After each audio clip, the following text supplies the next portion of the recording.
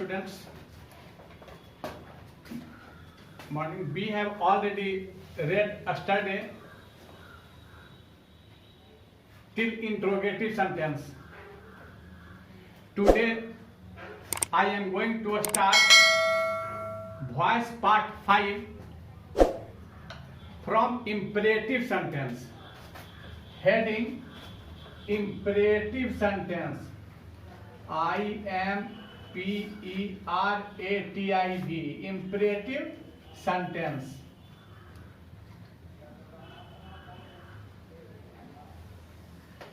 Number A में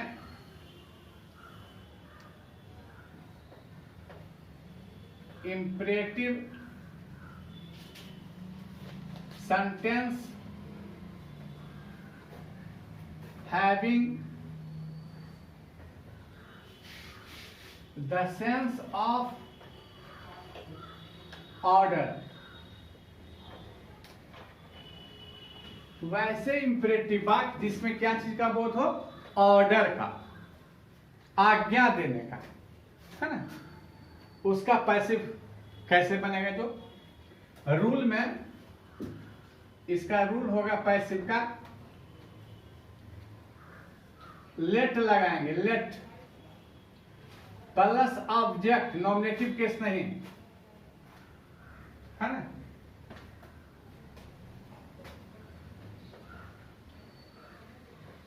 plus be plus V3 plus other words जो रहेगा उसको लास्ट में लिख देंगे। ये हुआ रूल पैसिव का। यहां दे रहे एग्जाम्पल, देखिएगा। Bring a glass of water. Shut the door.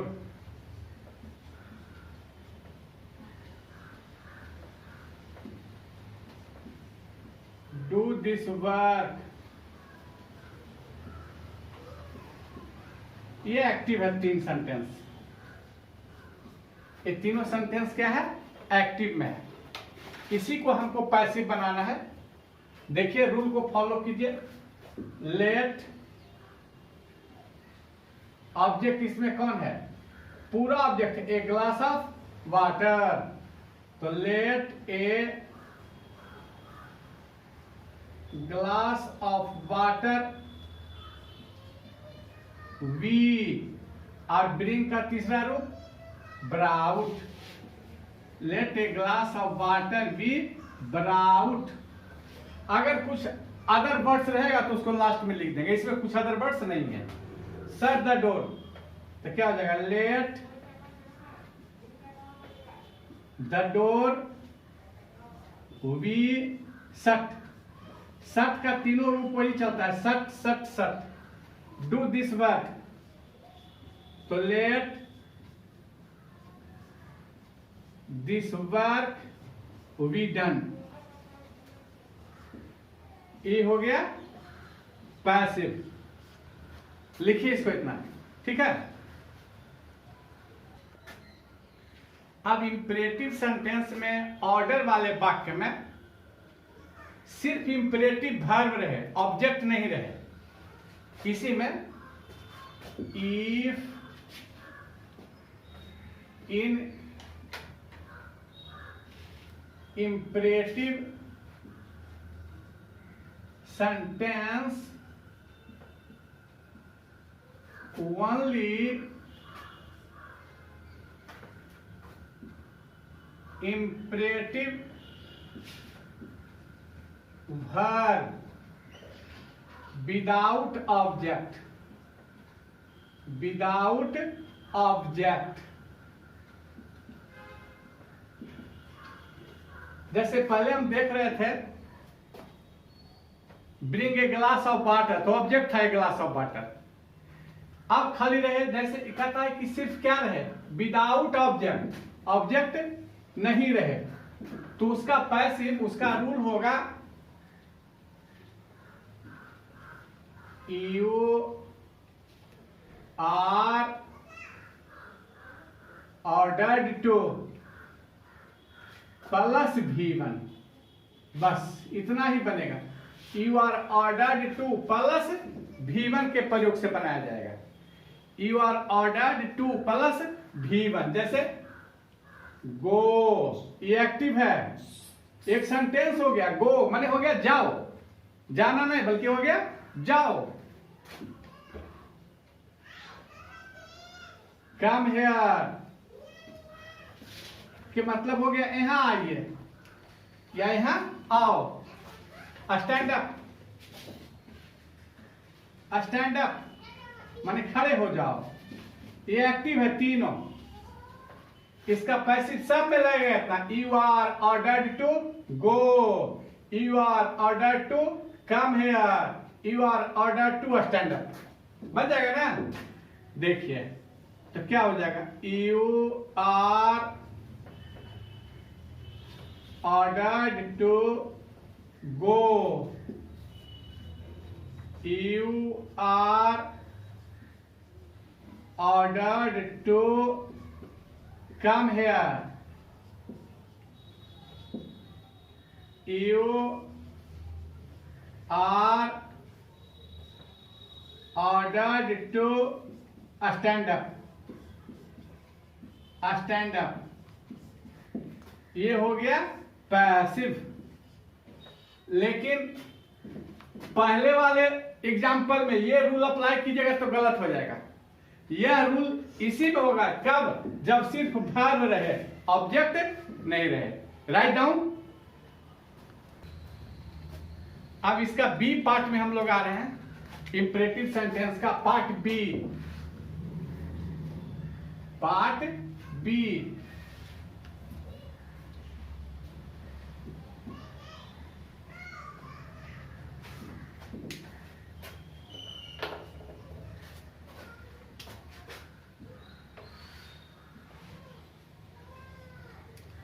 imperative sentence having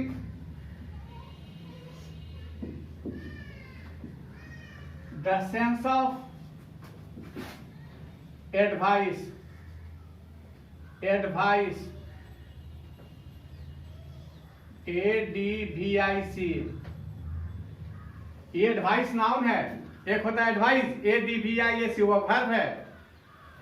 imperative sentence having the sense of advice, वैसे वाक्य जिससे क्या चीज का बोध हो, सलाह का।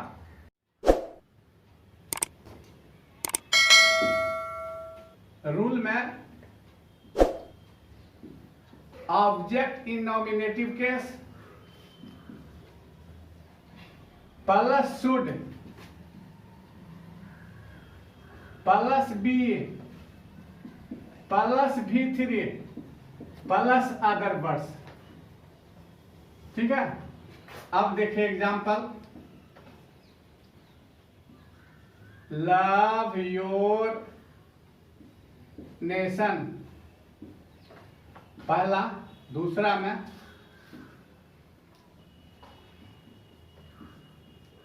Respect your teacher. तीसरा में हेल्प द पुअर। ये तीनों एक्टिव है, इसी को पैसिव बनाना है।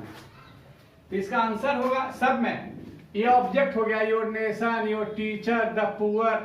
तो क्या हो जाएगा, your nation should be loved,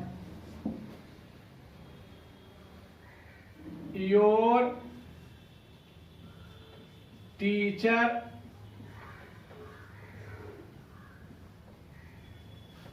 should be respected।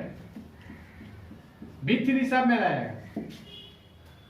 the poor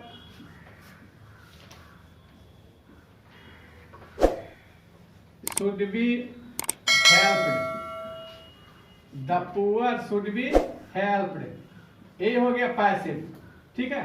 imperative sentence का बी पार्ट हुआ ये एडवाइस वाला। ठीक है, लिखिए इतना। अगर ऑब्जेक्ट नहीं रहे, without object,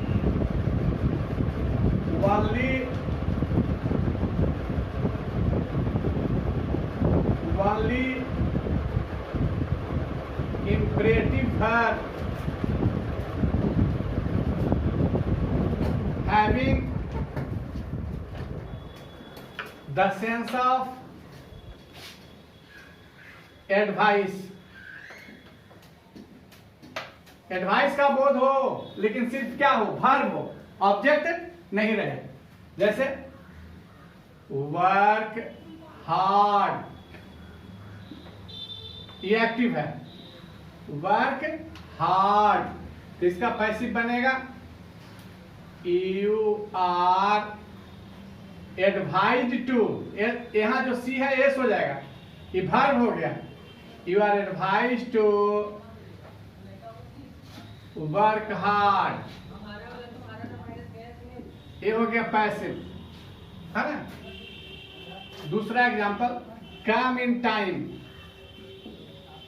come in time, ये एक्टिव है, तो क्या हो जाएगा, you are advise to come in time, ये हो गया पैसिव। ठीक है, लिखिए इसको। अभी दो पार्ट इसका और है, एक सी और एक पार्ट सी।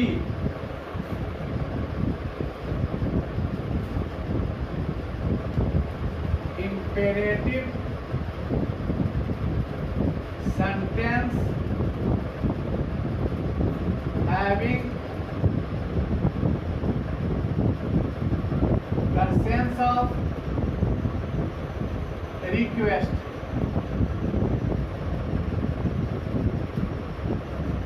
वैसे इंपेरेटिव वाक्य जिससे क्या सीखा बोध हो, रिक्वेस्ट का। रिक्वेस्ट माने होता है अनुरोध। ऐसे वाक्य दो शब्द से शुरू होंगे, या तो प्लीज से या काइंडली से। दो शब्द, एक प्लीज रहेगा और दूसरा काइंडली रहेगा, है ना। इसका रूल में ऑमिट प्लीज या काइंडली, प्लीज या काइंडली को क्या करेंगे, हटा देंगे। दोनों में लास्ट में भी रह सकता है और फर्स्ट में भी रह सकता है, कहीं रहे उसको क्या करना है, हटा देना है। ये पहला रूल हो गया। दूसरा में यूज लिखेंगे तो सब यूज लिख देगा। दूसरा में you are requested to, please को हटाएंगे ना, उसके जगह पर इतना जोड़ेंगे, you are requested to plus given plus other words, जो रहेगा जो लिखा जाएगा लास्ट में। देखिए example, please give me a pen, kindly help मी,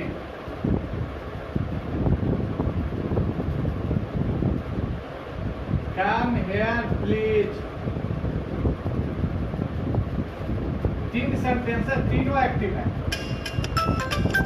अब इसको पैसिव बनाने के लिए पहले तो हमको प्लीज या काइंडली जो रहेगा उसको क्या करना है, हटा देना है। उसके जगह पर इतना जोड़ना है, यू आर रिक्वेस्टेड टू। जैसे प्लीज को हटाए तो क्या जोड़ेंगे, you are requested to give me a pen, give me a pen। Kindly को हटाए, फिर जोड़ेंगे you are requested to help me, help me, फिर जोड़ेंगे प्लीज यहाँ इसको हटाएंगे। You are requested to come here. ये हो गया पैसिव। लिखिए इसको, इसका स्पेशल रूल नहीं है। कोई नहीं, क्या हम देखते हैं ना, वो तो बता देता है हमको। डी में आ रहे हैं imperative sentence having the sense of forbid. Forbid का मतलब होता है मना करना, मनाही। वैसे इंपरेटिव सेंटेंस जिससे क्या चीज का बोध हो? फॉरबिड का, मना करने का बोध हो, है ना। तो इसका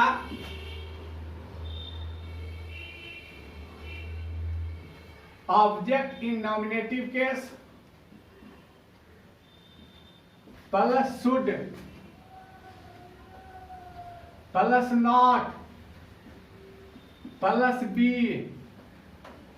plus V3 plus other words. ये रूल इसका है पैसिव बनाने का। इसका एग्जाम्पल पहला, do not insult the poor. Do not insult the poor. दूसरा, do not touch the wire. तीसरा, डू नॉट प्लक फ्लावर, है ना। ये तीन एक्टिव में है। इस रूल को तो फॉलो करेंगे ही, लेकिन एक नोट में लिखना है कि डिलीट या ऑमिट का, ये डिलीट से अच्छा ऑमिट, डिलीट मोबाइल का वर्ड है। ऑमिट डू, डू को क्या करेंगे? ऑमिट कर देंगे, हटा देंगे, ठीक है। जैसे do not insult the poor, तो डू सब में हट जाएगा। Do not touch the wire, the wire should not be touched। तीसरा में do not pluck flower, the flower should not be plucked। ठीक है, ये हो गया पैसिव। ठीक, राइट डाउन इट। ठीक है, कल हम लोग वॉइस में ही आगे बढ़ेंगे। कुछ ऐसे सेंटेंस, कुछ ऐसे वर्ब जिसमें प्रीपोजिशन बाई का प्रयोग नहीं होता है, उसके जगह दूसरे प्रीपोजिशन का प्रयोग होता है। बहुत इंपॉर्टेंट रूल है ये, इसको देखेंगे, है ना। Thanks to all of you. Like and subscribe my YouTube channel.